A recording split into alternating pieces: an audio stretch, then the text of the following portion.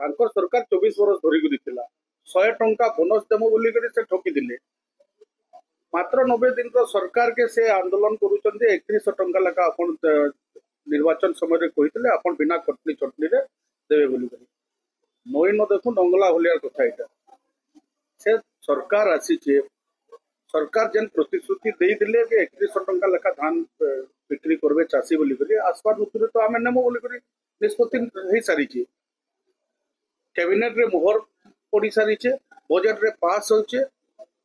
सरकार जहाँ कही निश्चित रूप से 3100 टंका लेखा चाषी धान किना जीवा सेटा भी बिना कटनी चटनी करूला क्या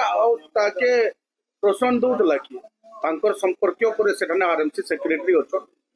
जे कटनी छटनी बादशाह होते तो आमर गारंटी बिना कटनी छटनी रे आगामी दिन रे सरकार धान किनवा सेटा भी 3100 टंका लेखा और संपूर्ण मात्रा सब धान की किनवा जनता 19 क्विंटाल और 22 क्विंटाल रो जहाँ धारा थिला से हिसाब रे धान किना जीवा एते तत्पर होवार किसी दरकार न लोकों को भोकुआ बनावार जन सब बेले तांकर प्रचेष्टा चली दिला आ लोक उचित जवाब दे सारिचन तो लोकों को भोकुआ बनावार चेष्टा नहीं करबे। देखो से आसंता ऋतु रे आमे धान किनमु 3100 टंका लेखा इटा निष्पत्ति सरी सारी सरकार कही सारिचन कैबिनेट रे मोर पड़ी सारी बजट रे पास निश्चित रूप रे चाषी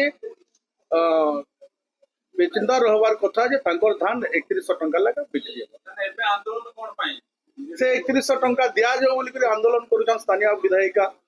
से पूर्वतन विधायिका स्थानीय पूर्वतन विधायिका हमर आंदोलन करूछन 3100 टंका लेखा दिया जाओ बोली कर टिके धैर्य धरुन 24 वर्ष धरी कर लुटी देले चाषी को एबे चाषी को लागि जन देखावा करूछन सेथुरु दूरे रहउछि। धन्यवाद।